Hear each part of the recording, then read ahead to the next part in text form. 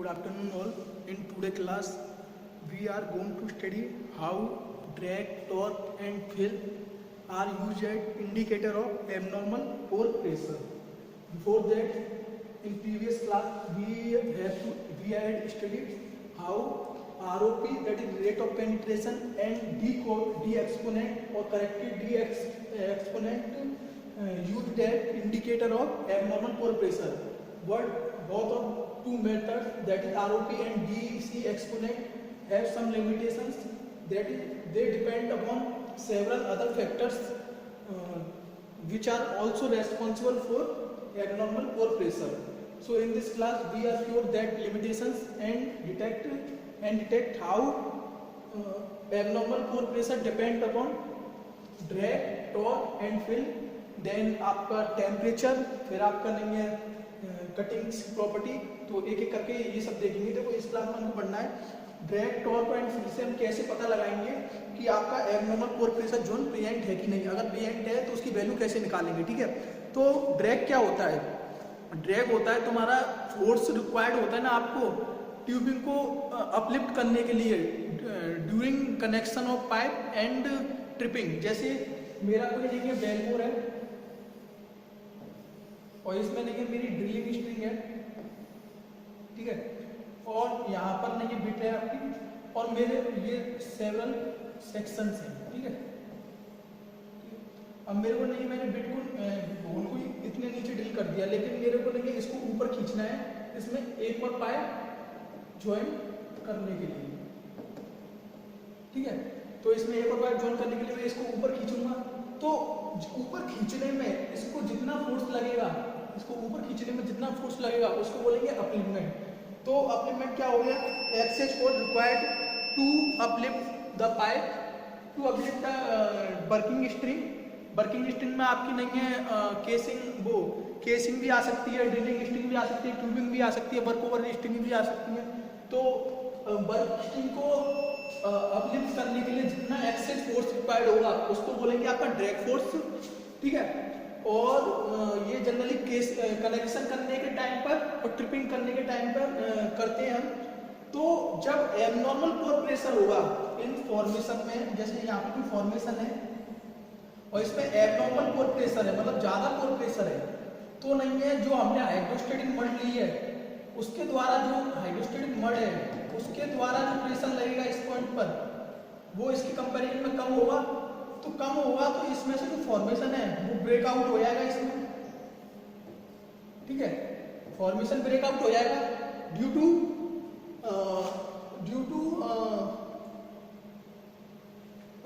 To आपका hydrostatic pressure कम हो गया. Inability of mud to retain the formation in their original position. ठीक है, तो ये नहीं है कोलैप्स होगा तो आपका नहीं है फॉर्मेशन बेल में केप्ट हो जाएगा. तो यहाँ पर नहीं है आपका फॉर्मेशन हो जाएगा, फॉर्मेशन कोलैप्स मतलब केप्ट हो जाएगा. तो यहाँ पर आपके लिए केविंग फॉर्मेशन होगा. अब जब मैं नहीं है एक तो नहीं है मैं खाली सेक्शन से नहीं है ट्यूबिंग को खींचूं, ट्यूबिंग को अपलिफ्ट करूं ब्लैंक पोर्शन से, और एक ट्यूबिंग को अपलिफ्ट करूं मैं आपके लिए फील्ड पोर्शन से. तो ड्रैग कहाँ पर लगेगा, खींचने की पावर कहाँ पर ज्यादा, मतलब खींचने के लिए एनर्जी की रिक्वायरमेंट कहाँ पर ज्यादा होगी, ऑब्वियसली यहाँ पर ज्यादा होगी. तो जब आपका ड्रैग ज्यादा है तो आप एक तरीके से यूँ कह सकते हो कि ये फॉर्मेशन कोलैप्स केप्ट हो गया है बेलबोर में. और क्यों केप्ट हो गया है, क्योंकि उसका प्रेशर ज्यादा था हाइड्रोस्टेटिक प्रेशर के कंपेरिजन में.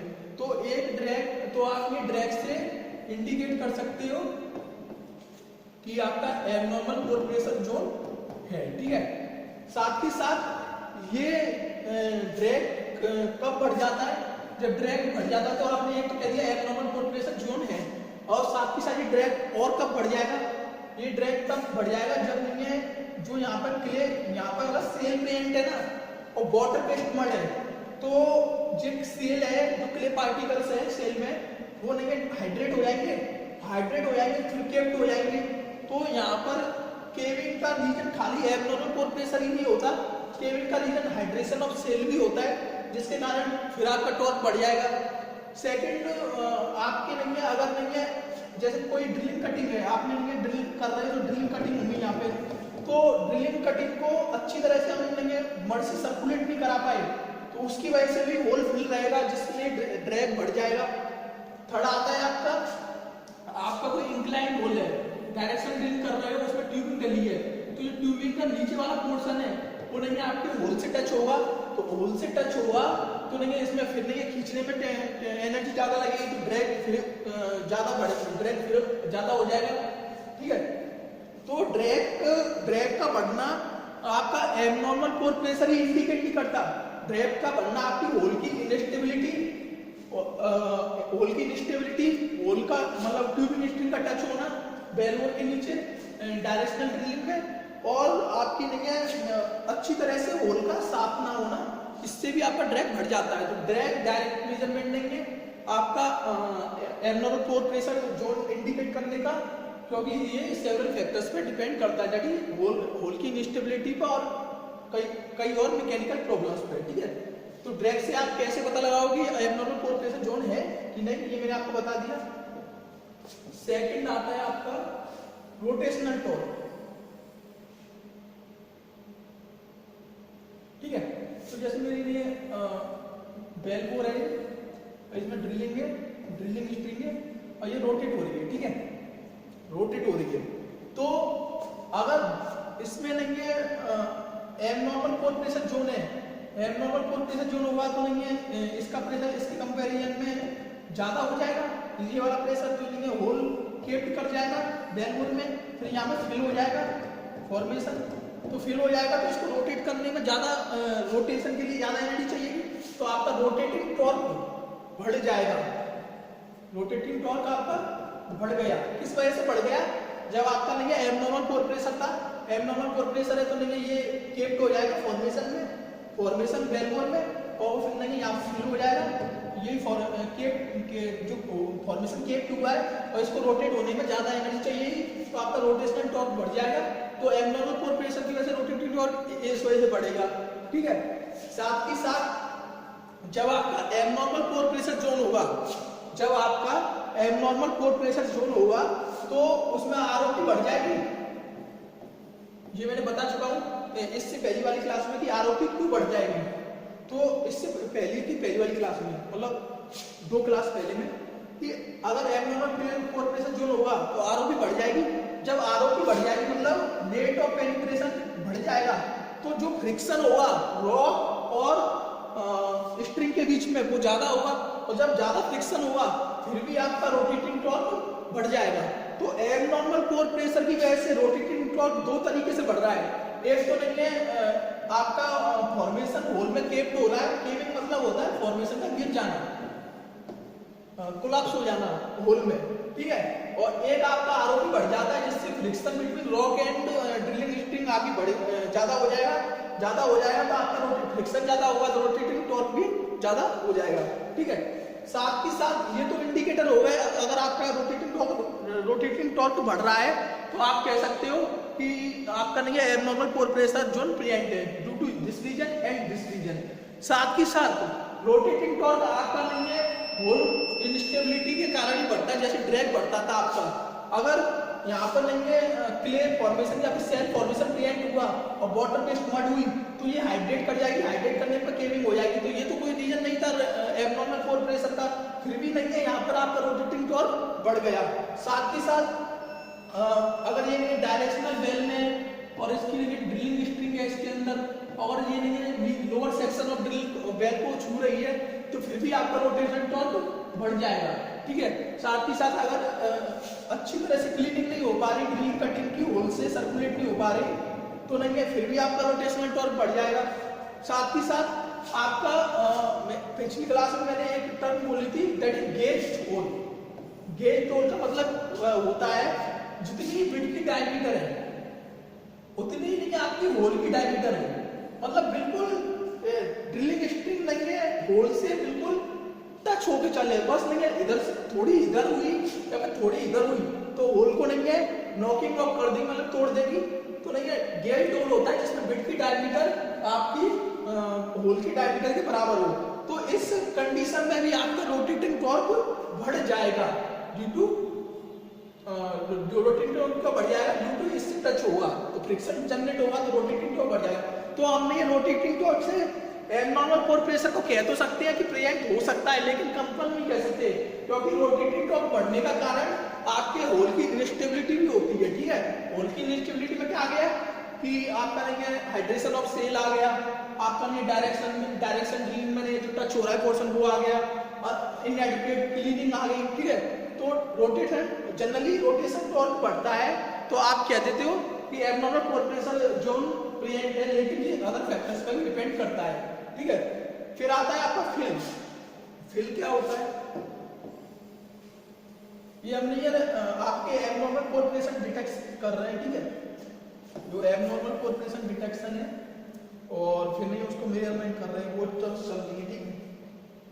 तो फिल क्या होता है? जैसे मेरे पास कोई होल है, मैंने इसको ड्रिल किया और नीचे जो ड्रिल कटिंग होंगी या फिर नहीं यहाँ से कोई फॉर्मेशन केप डूबा होगा, ठीक है, वो बॉटम ऑफ द होल में ही रहे, मतलब जो बॉटम है होल का उसमें ही सेटल हो जाए तो उसको बोलेंगे होल फिल हो गया। मतलब ड्रिल कटिंग से या फिर केविंग से नहीं होल फिल हो गया तो उसको बोलते हैं फिल। जब फिल होगा आपका तब नहीं है सॉरी जब एब्नॉर्मल पोर प्रेशर जोन होगा तो नहीं है, एब्नॉर्मल पोर प्रेशर जोन होगा तो नहीं है डिफरेंशियल प्रेशर नहीं है, मतलब आपका ओवर बैलेंस प्रेशर बढ़िया, मतलब क्या कहते हैं उसको, हाँ over balance under balance drilling हो जाएगी। जब नहीं आपका एब्नॉर्मल पोर प्रेशर जोन है तो उसका प्रेशर कम हो जाएगा और फॉर्मेशन का प्रेशर ज्यादा हो जाएगा तो अंडर बैलेंस ड्रिलिंग हो जाएगी। अंडर बैलेंस ड्रिलिंग होगी तो ये फॉर्मेशन इसमें केप्ड हो सकता है, केप्ड होगा तो यहाँ पर डिपोजिशन ज्यादा हो जाएगा फॉर्मेशन का केविंग के कारण और ये फिल ज्यादा हो जाएगी। जब फिल ज्यादा हो जाएगी तो आपकी नहीं है फिल ज्यादा होती है तो आप कह सकते हो कि एब्नॉर्मल पोर प्रेशर जोन प्रेजेंट हो सकता है। क्योंकि फिल ज्यादा हो गई तो इसका क्या मतलब है, आपका अंडर बैलेंस ड्रिलिंग हो गई, अंडर बैलेंस ड्रिलिंग में क्या हो गया, हाइड्रोस्टेटिक प्रेशर कम हो गया और आपका एब्नॉर्मल पोर प्रेशर जोन ज्यादा हो गया। ठीक है, तो एब्नॉर्मल पोर तो आप फिल इंक्रीज होने से आप कह सकते हो एब्नॉर्मल पोर प्रेशर जोन प्रेजेंट है। लेकिन फिर आपका नहीं है और भी कई मैकेनिकल प्रॉब्लम से बढ़ सकती है। जैसे अगर नहीं है वही हाइड्रेशन हो गया, वाटर बेस्ड मड के कारण सेल प्रेजेंट है तो आपकी फिल बढ़ जाएगी। अगर नहीं है मैं नहीं है ड्रिलिंग स्ट्रिंग डाल रहा हूँ और उसको ट्रिप कर रहा हूँ, ट्रिप का मतलब होता है ड्रिलिंग स्ट्रिंग को निकालना फिर डालना, तो उसके दौरान नहीं है कोई फॉर्मेशन टूट गया, मतलब निकालने डालने के चक्कर में स्पीड से ये फॉर्मेशन टूट गया तब भी फिल बढ़ सकती है आपकी। क्लीनिंग नहीं करी आपने अच्छी तरह से तब भी फिल बढ़ सकती है आपकी। ठीक है, और किस कारण से फिल बढ़ सकती है, poor suspension property of drilling fluid. जो हमारे पास ड्रिलिंग फ्लूइड था वो ड्रिलिंग कटिंग को अच्छी तरह से नहीं सस्पेंड नहीं कर पाया और सरफेस पे नहीं ले पाया, ड्रिलिंग कटिंग वेलबोर के बॉटम में ही फिल रहेंगी तो उससे आपकी फिल बढ़ सकती है। तो फिल का बढ़ना आपका एब्नॉर्मल पोर प्रेशर जोन तो इंडिकेट करता है लेकिन कंफर्म इंडिकेट नहीं करता कि आपका एब्नॉर्मल पोर प्रेशर जोन है, क्योंकि फिल और भी कई कारणों से हो सकती है। तो रोटेशन टॉर्क, फिल और ड्रैग आपके तीनों ही रिप्रेजेंट करते हैं एब्नॉर्मल पोर प्रेशर जोन को, लेकिन डायरेक्ट उनको रिप्रेजेंट नहीं करते कि एब्नॉर्मल पोर प्रेशर जोन होगा ही होगा, क्योंकि ये कई और फैक्टर्स पे भी डिपेंड करते हैं। ठीक है, तो इसमें ये लिखा है variation in drag torque and field encounter in both normally and abnormally pressure zone. Abnormal pressure zone होगा तो फील्ड टॉर्क और नहीं यहाँ पर ड्रैग बढ़ेगा ही बढ़ेगा, लेकिन नॉर्मली प्रेशर जोन में कब बढ़ेगा, जब आपकी नहीं है वाटर बेस्ड मड यूज लोगे और सेल फॉर्मेशन होगा तो हाइड्रेशन हो जाएगा डायरेक्शनल ड्रिलिंग के दौरान और आपकी नहीं है होल की क्लीनिंग अच्छी तरीके से नहीं हो पा रही, तब आपके नहीं ये सब चीजें इंक्रीज हो जाएंगी। तो आप इस तरीके से ड्रैग टॉर्क एंड फिल का भी यूज करके एब्नॉर्मल पोर प्रेशर जोन की प्रेजेंस का पता लगा सकते हो। सेकंड अगला आता है गैस लेवल, कि जो आपकी ड्रिलिंग कटिंग आई है उसमें गैस लेवल प्रेजेंट है कितनी, उससे कैसे पता पड़ेगा एब्नॉर्मल पोर प्रेशर जोन है कि नहीं। देखो जो गैस होती है फॉर्मेशन से नहीं है ड्रिलिंग कटिंग में, वो जो आपकी गैस होती है वो फॉर्मेशन से आपके नहीं है ड्रिलिंग फ्लूइड में बहुत सारे तरीकों से एंटर कर सकती है, उनके बारे में हम डिस्कस करेंगे। लेकिन ड्रिलिंग गैस लेवल का एबनॉर्मल पोर प्रेशर से अभी तक कोई रिलेशन नहीं है, लेकिन गैस लेवल में वेरिएशन होता है।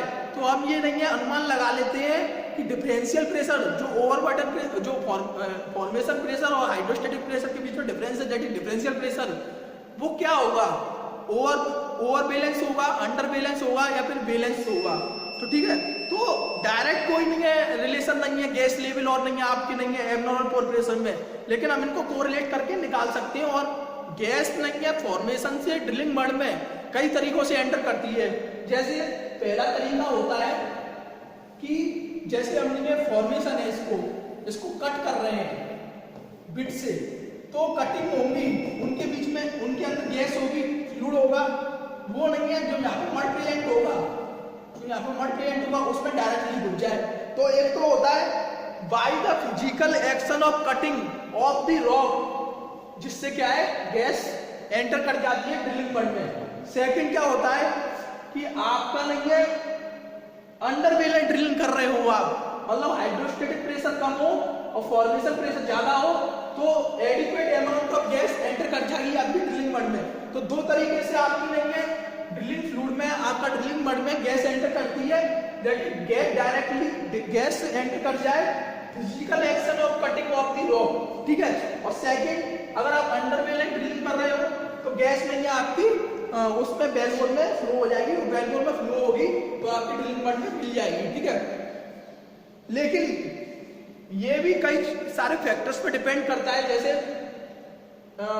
गैस का सैचुरेशन क्या है जो फॉर्मेशन में, गैस की उस फॉर्मेशन की पोरोसिटी क्या है, परमेबिलिटी क्या है, डिफरेंशियल प्रेशर क्या है। डिफरेंशियल प्रेशर अगर ओवर बैलेंस होगा तभी तो एंटर कर पाएगी, अंडर बैलेंस होगा तभी तो एंटर कर पाएगी। साथ ही साथ आपकी कितनी ड्रिलिंग कटिंग्स हैं, जितनी ज्यादा ड्रिलिंग कटिंग होंगी उतनी ज्यादा गैस नहीं एंटर करेगी, ठीक है। जितनी ड्रिलिंग कटिंग आपने कट करी होंगी उतनी ज्यादा गैस एंटर करेगी। मड वेट क्या है, जो ड्रिलिंग करते हैं उसके लिए जो ड्रिलिंग मड होता है उसका मड वेट क्या है, जिससे नहीं है हाइड्रोस्टैटिक प्रेशर मेजर होगा। हाइड्रोस्टैटिक प्रेशर ड्रिलिंग मड के वेट पर डिपेंड करेगा, और ये ज्यादा हो गया तो ये इसमें आएगी नहीं, अगर ये कम हो गया तो इसमें आएगी, ठीक है। तो वही यहाँ पर सब है कि गैस लेवल नहीं है किस पे किन फैक्टर्स पे डिपेंड करती है, मड वेट पे, कटिंग के कॉन्सेंट्रेशन पे कितनी सारी कटिंग है, डिफरेंशियल प्रेशर पे, formation porosity permittivity and gas saturation, ठीक है। जनरली तो गैस लेवल क्या होती है कैसे नहीं है एबनॉर्मल पोर प्रेशर को नहीं कोरिलेट करते, को मैंने बता दिया आपको। लेकिन तीन तरह की गैसें होती हैं जो आपकी ड्रिलिंग मड आती है सर्कुलेट होके, उसमें तीन तरह की गैस लेवल पाई जाती है। एक तो कनेक्टेड गैस लेवल, एक आपकी नहीं है ट्रिप गैस लेवल, और एक बैकग्राउंड गैस लेवल। तो जो बैकग्राउंड गैस लेवल के बारे में बात करें हम, तो जो बैकग्राउंड गैस लेवल होती है ना, वो ड्यूरिंग एवरी ड्रिलिंग पाई जाती है। मतलब कोई सा भी वेल ड्रिल करोगे आप तो आपको नहीं है बैकग्राउंड गैस तो नहीं है आपको ड्रिलिंग मड में मिलेगी ही मिलेगी, और ये हम मेजर कर सकते हैं, ठीक है। अब बैकग्राउंड गैस कैसे इवॉल्व होती है, जब हम नहीं आप फॉर्मेशन को फिजिकली कट करते हैं तो इस रॉक कटिंग होती है, उसमें से जो गैस निकलती है उसको हम बैकग्राउंड गैस कहते हैं। और ये नहीं है फैक्टर्स पे डिपेंड करती है, जैसे पोरोसिटी क्या है, पोरोसिटी क्या है उस फॉर्मेशन की जिसको आप कट कर रहे हो। अगर पोरोसिटी ज्यादा होगी तो उसके अंदर नहीं पोर वॉल्यूम ज्यादा होगा, पोर वॉल्यूम ज्यादा होगा तो फ्लूइड ज्यादा भर रहा होगा, और फ्लूइड ज्यादा भर रहा है तो आपकी नहीं है फ्लूइड में तीनों आएंगे, गैस, वाटर और ऑयल। तो गैस आपकी ज्यादा होगी तो उतनी अमाउंट ऑफ ज्यादा गैस मिलेगी अगर आपकी पोरोसिटी बढ़ गई तो। आरओपी कितना है, जितना ज्यादा आप नहीं है पर मिनट में ड्रिल करोगे, पर आवर में ड्रिल करोगे, जितने फीट पर आवर में ज्यादा ड्रिल करोगे उतनी ज्यादा गैस आपको ड्रिलिंग मड में पाई जाएगी। आरओपी हो गया, और आपका हो गया पोरोसिटी, होल साइज कितना है। अगर नहीं मैं ज्यादा साइज का होल ड्रिल करूंगा तो ज्यादा कटिंग होगी तो ज्यादा गैस निकलेगी, अगर कम साइज का करूंगा तो कम कटिंग होगी और कम गैस निकलेगी। साथ ही साथ आपका सर्कुलेशन कैसा है, गैस तो निकल रही है, खूब अच्छी खासी गैस निकल रही है, लेकिन वो सरफेस पे नहीं जा पा रही, तो ड्रिलिंग मड में गैस ही प्रेजेंट रहेगी। तो इन चारों फैक्टर्स पे आपकी नहीं है बैकग्राउंड गैस डिपेंड करती है, that is porosity, hole size, ROP, mud circulation, ठीक है। और जो एक चीज और होती है जिस पर आपकी क्या कहते हैं बैकग्राउंड गैस डिपेंड करती है, तो वह होती है आपकी आप अंडर बेलेंस ड्रिलिंग कर रहे हो या ओवर बेलेंस ड्रिलिंग कर रहे हो।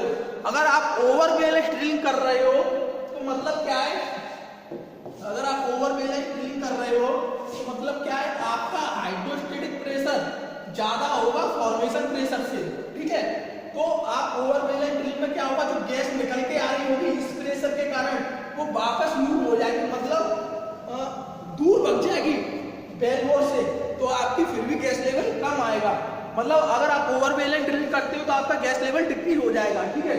तो इन 5 फैक्टर्स पर आपकी बैकग्राउंड गैस डिपेंड करती है, ठीक है। जनरली अगर बैकग्राउंड गैस इंक्रीज होती है तो आप कह सकते हो कि आपका एबनॉर्मल पोर प्रेशर जोन हो सकता है, कंफर्म नहीं है लेकिन हो सकता है अगर आपकी बैकग्राउंड गैस का लेवल इंक्रीज होता है। ऐसा क्यों? क्योंकि एबनॉर्मल पोर प्रेशर जोन में पोरोसिटी बढ़ जाती है, ठीक है, आरओपी बढ़ जाती है, ठीक है। तो पोरोसिटी बढ़ जाएगी क्योंकि आपको बताया मैंने कि जब एबनॉर्मल पोर प्रेशर जोन होता है तो आरओपी बढ़ जाती है, पोरोसिटी भी बढ़ जाती है। तो जब मैंने अभी बताया कि पोरोसिटी बढ़ जाएगी तो आपकी बैकग्राउंड गैस भी बढ़ जाएगी, आरओपी बढ़ जाएगी तो आपकी बैकग्राउंड गैस बढ़ जाएगी। तो जब ये दोनों बैकग्राउंड गैस बढ़ रही है मतलब पोरोसिटी बढ़ रही है, आरओपी बढ़ रही है, मतलब abnormal pore pressure zone present है, ठीक है। तो यही है कि अगर पोरोसिटी इंक्रीज हो रही है तो आपकी बैकग्राउंड गैस बढ़ जाएगी, रेट ऑफ पेनिट्रेशन इंक्रीज हो रहा है तो आपकी बैकग्राउंड गैस बढ़ जाएगी। और ये सब दोनों फैक्टर कब होते हैं, जब आपकी नहीं है abnormal pore pressure zone present होता है। और एबनॉर्मल पोर प्रेशर होगा मतलब फॉर्मेशन का प्रेशर ज्यादा होगा और आपका नहीं है हाइड्रोस्टेटिक प्रेशर कम हो जाएगा, तो आपकी ये अंडर बैलेंस में चेंज हो जाएगी। और अंडर बैलेंस में चेंज हो जाएगी तो गैस आराम से इसमें बेलबोर में इंजेक्ट कर जाएगी, फिर ड्रिलिंग मड में इंजेक्ट कर जाएगी और दूर नहीं भगेगी ड्यू टू ओवर बैलेंस, ठीक है। तो ये तीनों फैक्टर, पोरोसिटी इंक्रीज होना, आरओपी इंक्रीज होना और अंडर बैलेंस ड्रिलिंग होना, ओवर बैलेंस से अंडर बैलेंस ड्रिलिंग होना, ये आपके सब एबनॉर्मल पोर प्रेशर में होते हैं, एबनॉर्मल पोर प्रेशर जोन में होता है। और इनके कारण आपकी क्या कहते हैं बैकग्राउंड गैस बढ़ती है। तो बैकग्राउंड गैस जब भी बढ़े तो आप कह सकते हो कि आपका नहीं है abnormal pore pressure zone present है, ठीक है। सेकंड आता है कनेक्शन गैस। अब ये कनेक्शन गैस क्या होती है, जब नहीं है हम पाइप, जैसे हमारी नहीं है ड्रिलिंग स्ट्रिंग डली है, ठीक है, अब हमको और डीप ड्रिलिंग करना है तो हमको और पाइप ऐड करने पड़ेंगे। तो इसको जब ऊपर लिफ्ट करेंगे कनेक्शन के लिए तो क्या होगा कि जो आपका इक्विवेलेंट सर्कुलेटिंग डेंसिटी थी वो अब आप जब कनेक्शन करोगे तो बेल को नहीं है बंद कर दोगे, ड्रिलिंग को बंद कर दोगे, तो जो इक्विवेलेंट सर्कुलेटिंग डेंसिटी थी, जो डेंसिटी मड की सर्कुलेट होने के दौरान होती है उसको बोलते हैं इक्विवेलेंट सर्कुलेटिंग डेंसिटी, जो मैंने आपको नहीं पहले बता भी रखा है इसी सेशन में, मतलब जब से क्लास स्टार्ट होगी, ठीक है। तो इक्विवेलेंट सर्कुलेटिंग डेंसिटी किसमें चेंज हो जाएगी, स्टैटिक मड बेड में, स्टैटिक मड बेड में चेंज हो जाएगी। तो आपका मड ईसीडी से स्टैटिक हो जाएगा, मड वेट तो नहीं, आपका मड वेट घट जाएगा, मड वेट घट जाएगा, ठीक है। तो जब मड वेट घट जाएगा तो ये कम हो गया, फॉर्मेशन ज्यादा हो गया, तो गैस इसमें इन्वॉल्व हो जाएगी, मतलब गैस फॉर्मेशन से बेलबोर में चली जाएगी, फिर आपकी ड्रिलिंग मड में चली जाएगी, उसी गैस को हम बोलेंगे कनेक्शन गैस, ठीक है। और एक तो नहीं ड्रिलिंग मड का वेट इस वजह से घट जाएगा कि सर्कुलेटिंग डेंसिटी से स्टैटिक मड वेट हो गया, और एक वेट आपका इसलिए घटेगा कि कनेक्शन के लिए आप ड्रिलिंग स्ट्रिंग को ऊपर खींचोगे, जब ऊपर खींचोगे तो जो ड्रिलिंग स्ट्रिंग का वेट था, जो ड्रिलिंग स्ट्रिंग का वेट पड़ रहा था इसमें फॉर्मेशन पर, वो भी अब नहीं है, तो उसके कारण भी टोटल वेट डिक्रीज हो जाएगा। देखो जब ड्रिलिंग स्ट्रिंग अंदर पड़ी है तो वो अपना कुछ ना कुछ वेट लगाएगी फॉर्मेशन पर, तो वो भी अब जब आपने कनेक्शन के लिए ऊपर खींच ली तो एक तो उसका वेट कम हो गया, एक मूविंग डेंसिटी से स्टैटिक डेंसिटी हुई तो उसका वेट कम हो गया, तो उसके कारण कुछ गैस इसमें एंटर कर जाएगी due to under balance drilling, और आपकी नहीं है वो गैस कहलाएगी कनेक्शन गैस। और जो आप नहीं है ड्रिलिंग स्ट्रिंग को निकालते हो ना, उस प्रोसेस को कहते हैं swelling.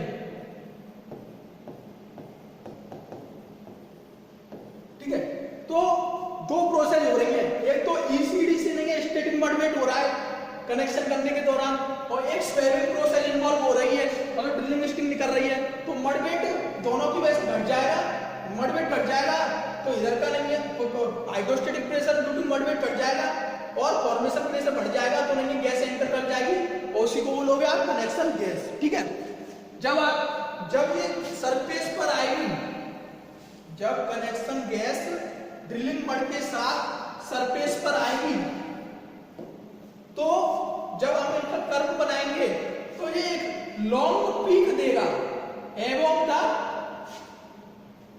The background gas. Background gas को हम ड्रॉ करेंगे, उसके ऊपर आपके लिए कनेक्शन गैस होगी और एक लॉन्ग नैरो पीक देगा। ठीक है, तो आप पहचान सकते हो कि ये बैकग्राउंड गैस है और ये आपकी कनेक्शन गैस है। ठीक है, इसका लिख भी रखा है, when the gas is circulated to the surface it appear as long narrow peak above the background gas level। ठीक है, तो कनेक्शन गैस आपकी ये हो गई। सेकंड थर्ड आता है आपका ट्रिप गैस। देखो ट्रिपिंग क्या होती है कि मैंने कोई भी ड्रिलिंग स्ट्रिंग को बाहर निकाला और फिर अंदर डाल दिया, ये होती है आपकी ट्रिपिंग प्रोसेस। जनरली ये क्यों करते हैं, जब बिट खराब हो जाती है, ठीक है, या फिर कोई पाइप का सेक्शन टूट जाता है या फिर कुछ भी उसमें फॉल्ट हो जाता है, तो हम नहीं जल्दी से उसको निकालते हैं और फिर डाल देते हैं। ठीक है, चेंज करके, तो इस प्रोसेस को बोलते हैं ट्रिपिंग। ट्रिपिंग के दौरान जो गैस एंटर करती है उसको बोलते हैं ट्रिप गैस। ठीक है, अब ट्रिपिंग के दौरान कैसे एंटर करेगी, अगर मैं ड्रिलिंग स्ट्रिंग को निकालूंगा तो स्वेबिंग प्रोसेस होगी। ठीक है, स्वेबिंग एक्शन होगा, वही ड्रिलिंग को एकदम निकाला तो इसका मडवेट घट जाएगा, ड्रिलिंग के द्वारा जो मडवेट लग रहा है तब घट जाएगा, तो ये प्रेशर घट जाएगा, वही प्रेशर बढ़ जाएगा तो गैस एंटर कर जाएगी। ठीक है, लेकिन जो इसमें नहीं है स्वेबिंग एक्शन होगा वो बहुत ही फास्ट होगा, मतलब इस ड्रिलिंग स्ट्रिंग को हम बहुत ही ट्रिपिंग में क्या होगा, ड्रिलिंग स्ट्रिंग को बहुत ही स्पीड से निकालते हैं क्योंकि हमको उसको वापस डालना भी है। ड्रिलिंग को हम ज्यादा देर तक रोक के नहीं रख सकते, इसलिए ज्यादा जल्दी मतलब बड़ी स्पीड से निकालेंगे ना तो मडवेट भी उसी स्पीड से डिक्रीज होगा, तो ज्यादा मडवेट डिक्रीज होगा तो ज्यादा जो डिफरेंशियल प्रेशर आएगा, ओवर अंडर बैलेंस कंडीशन बहुत वाइटल बनेगी, तो आपकी ट्रिप गैस एंटर करेगी, उसको क्या बोलेंगे ट्रिप गैस। और ट्रिप गैस से ही आप पता लगाओगे कि एबनॉर्मल पोर प्रेशर है या फिर नहीं है। अगर गैस बहुत फास्टली आई तो आपका एबनॉर्मल पोर प्रेशर है, क्योंकि इधर का प्रेशर ज्यादा हुआ तो इधर का प्रेशर कम हो गया, इधर का प्रेशर कम हो गया, इधर का प्रेशर बहुत ज्यादा होगा तब तो गैस आ पाएगी। हालांकि अगर इधर का प्रेशर कम हो गया और इधर का प्रेशर भी उतना ज्यादा नहीं है तो गैस ज्यादा नहीं आ पाएगी। तो आप नहीं है ट्रिप गैस से ऐसे पता लगा सकते हो कि एबनॉर्मल पोर प्रेशर है कि नहीं, ओवर प्रेशर जोन है कि नहीं, बाई सेवरल ट्रिप। एक ट्रिप से नहीं, मतलब निकाला डाल दिया तो आपको पता पड़ जाए कि एबनॉर्मल पोर प्रेशर है कि नहीं। आपको बहुत सारी ऐसी ट्रिप प्रोसेस करनी पड़ेंगी। ठीक है, तो आप नहीं है गैस लेवल से पता लगा सकते हो कि एबनॉर्मल पोर प्रेशर जोन है कि नहीं। तीन तरह के गैस लेवल होते हैं, बैकग्राउंड, कनेक्शन, ट्रिप। और गैस लेवल किस पर डिपेंड करते हैं और कैसे गैस एंटर करती है और कैसे गैस नहीं है आपके एबनॉर्मल पोर प्रेशर जोन से कनेक्ट होती है। और अगर उनमें डायरेक्ट रिलेशन नहीं है तो आप डिफरेंशियल प्रेशर को कैसे ओवर बैलेंस, अंडर बैलेंस और बैलेंस प्रेशर से जोड़ते हो, तो ये सब मैं आपको बता दूं। ठीक है, नेक्स्ट सेक्शन आता है आपका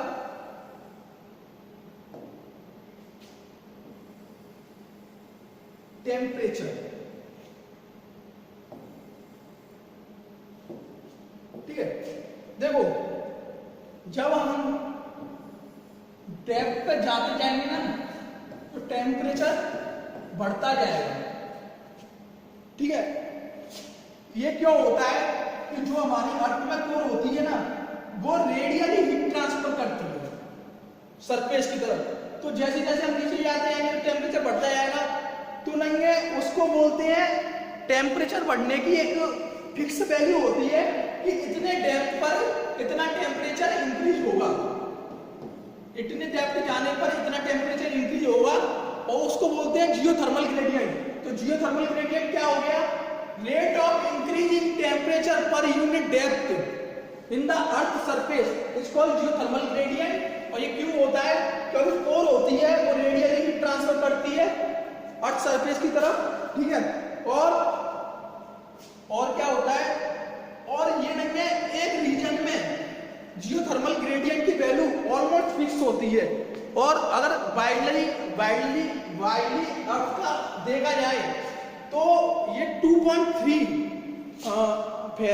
सेंटीग्रेड पर 100 फीट से 2.3 सेंटीग्रेड पर 100 फीट ये होती है आपकी जियोथर्मल ग्रेडियंट की वैल्यू 3.4 तक, 2.3 से 3.4 तक होती है। बाकी ये वेरी करते हैं, कोई फिक्स वैल्यू नहीं होती, बस ये कितने पर डेप्थ में कितना टेम्परेचर बढ़ रहा है उसको इंडिकेट करती है, उसको बोलते हैं जियोथर्मल ग्रेडियंट। अब इससे एब्नॉर्मल कोर प्रेशर कैसे निकाला जाए? देखो दो तरीके के प्रेशर होते हैं आपके। एक तो आपका होता है फ्लो लाइन का प्रेशर, जैसे मेरी ये वेल ड्रिल किया मैंने इसमें ड्रिलिंग स्टिक डाली, अब ये फ्लो लाइन है ना जो हम वेल ड्रिल करते जा रहे हैं, इसका प्रेशर इस पॉइंट पे, इस पॉइंट पे, इस पॉइंट पे, इस पॉइंट पे, इसको बोलेंगे फ्लो लाइन का प्रेशर। और जो तुम्हारे फॉर्मेशन के अंदर है ना फ्लूइड, उसको बोलेंगे आपका बॉटम होल टेम्परेचर BHT। जब फिर बॉटम होल फॉर्मेशन टेम्परेचर, ठीक है, तो ये हो गया BHT और ये हो गया आपका फ्लो लाइन का टेम्परेचर। तो हम पहले बात करेंगे फ्लो लाइन के टेम्परेचर की, ठीक है। तो फ्लो लाइन का टेम्परेचर से कैसे पता लगाया जाए कि एब्नॉर्मल कोर प्रेशर जोन है कि नहीं? तो जब फ्लो लाइन टेम्परेचर बढ़ता है, कि फ्लो लाइन टेम्परेचर की वैल्यू बढ़ती है, मतलब जो थर्मल ग्रेडियंट बढ़ता है, तो आप कह सकते हो abnormal core pressure zone present है। इसका रीजन ये है कि जब एब्नॉर्मल कोर प्रेशर जोन होगा तो आपकी रॉक मैट्रिक्स कम होगी, मतलब 10% रॉक मैट्रिक्स है तो आपकी 90% आपका फ्लूइड होगा, जनरली वाटर होगा, ठीक है। तो जब एब्नॉर्मल कोर प्रेशर है तो आपकी पोरोसिटी ज्यादा होने के कारण फ्लूइड कंटेंट ज्यादा होगा, वाटर ज्यादा होगा, आपकी रॉक मैट्रिक्स कम होगी। जो वाटर की नहीं है कंडक्टिविटी होती है, थर्मल कंडक्टिविटी, वो होती है 1/6 देन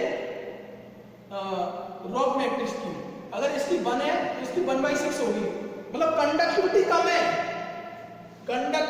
है, तो इंसुलेटिंग पावर इसकी ज्यादा है, तो इसकी इंसुलेटिंग पावर 6 टाइम हो गई और इसकी 1 टाइम हो गई, मतलब इसकी 1 इंसुलेटिंग है तो इसकी 6 इंसुलेटिंग है। तो जो ज्यादा हीट कैरी करेगा तो ज्यादा टेम्परेचर होगा, तो टेम्परेचर बढ़ जाएगा। तो टेम्परेचर कब बढ़ा? जब वाटर ज्यादा हुआ। वाटर कब ज्यादा हुआ? जब पोरोसिटी ज्यादा होगी। पोरोसिटी कब ज्यादा होगी? जब आपका एब्नॉर्मल कोर प्रेशर जोन होगा।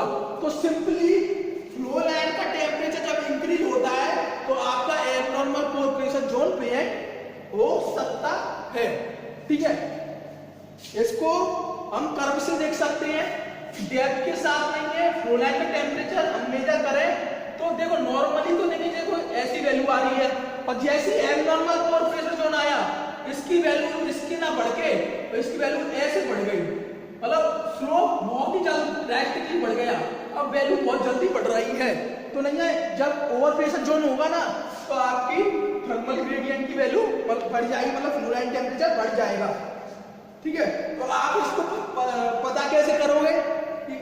भाई ग्राफ कर सकते हो, ठीक है। साथ ही साथ आपने जो मड होगा ना, उस पॉइंट पर जो मड होगा, ड्रिलिंग मड होगा, उसका भी टेम्परेचर बढ़ेगा, तो आप इसके टेम्परेचर को लॉगिंग के तहत मेजर कर सकते हो, ठीक है। साथ के साथ जो फॉर्मेशन, ठीक है, इसमें इतना ही है। और जैसे फॉर्मेशन का फ्लो लाइन का टेम्परेचर आपको पता पड़ेगा कि नहीं है, एब्नॉर्मल कोर प्रेशर जोन होगा तो बढ़ जाएगा। साथ के साथ एब्नॉर्मल कोर प्रेशर के ऊपर जो रीजन होगा ना, जैसे ये एब्नॉर्मल कोर प्रेशर जोन है, ये एब्नॉर्मल क्यों बना? क्योंकि इसके ऊपर कोई सील प्रेजेंट थी जो फ्लूइड को निकलने नहीं दे रही थी, तो जो सील होगी वो हाईली कॉम्पैक्टेड होगी, प्रेशराइज्ड होगी, हाईली कॉम्पैक्टेड होगी तो सब पोरोसिटी कम होगी, पोरोसिटी कम है तो वाटर कम होगा, वाटर कम है तो इसकी टेम्परेचर भी कम होगा। तो जब ये जो प्रेशर सील जो टॉप ऑफ द नहीं है एब्नॉर्मल कोर प्रेशर जोन होता है, उसके top of the abnormal core pressure zone होता है ना, ये top of the abnormal core pressure zone हो गया, उसके ऊपर टेम्परेचर सडनली डिक्रीज होगा, उसके बाद टेम्परेचर इंक्रीज होगा, ठीक है। ये आपको पता पड़ेगा। और इसको कैसे मेजर कर सकते हो आप? ड्रिलिंग मड का टेम्परेचर मेजर करके। अगर फॉर्मेशन फ्लूइड का टेम्परेचर मेजर नहीं कर पा रहे हो तो आप ड्रिलिंग मड का टेम्परेचर मेजर करके पता कर सकते हो, ठीक है। और ये भी आपके नहीं है कई अकेले आप नहीं टेम्परेचर बढ़ गया फ्लोराइन का तो यूज नहीं कह सकते कि आपका नहीं है एब्नॉर्मल पोर प्रेशर जोन ही प्रेजेंट है, क्योंकि वो टेम्परेचर फ्लोराइन का और भी कई फैक्टर पर डिपेंड करता है जो कि ये है आपकी, ठीक है, ये रखने वाली चीज है, ठीक है। तो आपका नहीं फ्लोराइन के टेम्परेचर से कैसे एब्नॉर्मल पोर प्रेशर जोन निकालोगे वो आपको पता पड़ गया कि अगर फ्लोराइन का टेम्परेचर बढ़ता है तो एब्नॉर्मल पोर प्रेशर जोन क्रिएट हो सकता है, क्योंकि एब्नॉर्मल पोर प्रेशर जोन में पोरोसिटी ज्यादा होती है, पोरोसिटी ज्यादा हुई तो पोर वॉल्यूम ज्यादा हुआ, फ्लूइड वॉल्यूम ज्यादा होगा, फ्लूइड वॉल्यूम ज्यादा होगा, वाटर ज्यादा होगा, वाटर ज्यादा होगा तो वाटर की इंसुलेटिंग पावर ज्यादा होती है, थर्मल कंडक्टिविटी कम होती है तो हीट ज्यादा कैरी करेगा। उसके ऊपर सील होती है, उसमें पोरोसिटी कम होती है, जो कॉम्पैक्टेड होती है आएगी, तो उसमें नहीं है फ्लूइड कम होगा, वाटर कम होगा तो उसका प्रेशर घट जाएगा, ठीक है। और इनके टेम्परेचर को नापने के लिए आप इनके करस्पॉन्डिंग जो मड होती है उनके टेम्परेचर को नाप सकते हो तो आपको पता पड़ जाएगा, ठीक है। और एब्नॉर्मल पोर प्रेशर अगर टेम्परेचर फ्लोराइन बढ़ रहा है तो एब्नॉर्मल पोर प्रेशर है ये डायरेक्टली नहीं कह सकते, क्योंकि एब्नॉर्मल पोर प्रेशर वो फ्लोराइन टेम्परेचर इन पैरामीटर्स पे भी डिपेंड करता है, इनके बढ़ने घटने से भी वो बढ़ घट सकता है, ठीक है। सेकंड आता है आपका आता है second butanol formation temperature. Butanol formation temperature मतलब फॉर्मेशन का टेम्परेचर, ठीक है। इसको हम फ्लोराइन के टेम्परेचर से मेजर, फ्लोराइन का टेम्परेचर जिस तरीके से मेजर किया था उस तरीके से इसको मेजर नहीं कर सकते, ठीक है। कुछ समय पहले तक इसको कैसे मेजर किया जाता था, वायर लाइन लॉगिंग के थ्रू, ठीक है, जो लॉगिंग होगी ना उसके थ्रू मेजर किया जा सकता था, ठीक है। उसमें क्या मान के चलते थे हम, जो बार बार लॉगिंग कर करके मेजर करते थे उसमें क्या मान के चलते थे, जो बॉटम है होल का उसमें मैक्सिमम टेम्परेचर है, फिर हमने ड्रिल किया, फिर यहाँ पर कम हो गया, फिर होल पे मैक्सिमम टेम्परेचर है बॉटम में, फिर और ड्रिल किया यहाँ पर कम हो गया, फिर यहाँ पे ज्यादा है। तो इस क्राइटेरिया को रिकॉग्नाइज करके हम इसके टेम्परेचर को मेजर करते थे by the wire line logging. लेकिन आजकल ऐसे मेथड्स आ गए जैसे measuring while drilling, logging while drilling, तो उनसे भी आप नहीं बॉटम होल टेम्परेचर मेजर कर सकते हो। और जनरली क्या होता है, बॉटम होल टेम्परेचर इंक्रीज हो जाता है जब आपका एब्नॉर्मल पोर प्रेशर जोन होता है, क्योंकि कोई सिंपल रीजन है, पोरोसिटी बढ़ जाएगी, पोरोसिटी बढ़ जाएगी, फ्लूइड वॉल्यूम बढ़ जाएगा, वाटर बढ़ जाएगा, वाटर की थर्मल कंडक्टिविटी कम होती है और इंसुलेटिंग पावर ज्यादा होती है, ठीक है। तो बॉटम होल टेम्परेचर हो गया कि कैसे आप एब्नॉर्मल पोर प्रेशर जोन पता करोगे। नेक्स्ट क्लास से पढ़ेंगे हम ड्रिलिंग कटिंग, ठीक है। इसमें ये एक इकलौता रह गया है कि ड्रिलिंग कटिंग से नहीं है कैसे आप नहीं है पता लगाओगे कि आपका एब्नॉर्मल पोर प्रेशर जोन प्रेजेंट है और है तो कितना है, ठीक है। तो ड्रिलिंग कटिंग में भी दो तरीके के होते हैं, एक सेल डेंसिटी से आप पता लगाओगे, सेल डेंसिटी से, और एक आप पता लगाओगे सेल फैक्टर से, ठीक है। तो ये लास्ट क्लास में हम पढ़ लेंगे। फिर हमारे में मड लॉगिंग की प्रोसेस खत्म हो जाएगी, जो मड लॉगिंग से हम नहीं एब्नॉर्मल पोर प्रेशर जोन निकाल लेते ना वो खत्म हो जाएगा। फिर हम करेंगे, फिर हम डिटेक्ट करेंगे MWT से, LWT से या फिर वायर लाइन लॉगिंग से। फिर उसके बाद हम करेंगे आपके जो डायरेक्ट इंडिकेटर होते हैं, दैट इज बेल टेस्टिंग में प्रोडक्शन टेस्टिंग, DST और आपका RFT रिजर्वायर फ्लो टेस्ट, ठीक है। तो अगली क्लास में हमने ड्रिलिंग कटिंग का वो देख लेंगे, फिर ये आपके ये स्टार्ट करेंगे। तो आपका ये पूरा चैप्टर हो जाएगा पोर प्रेशर डिटेक्शन का। फिर आपका नहीं है नेक्स्ट सेक्शन में और स्टार्ट करेंगे। Thank you.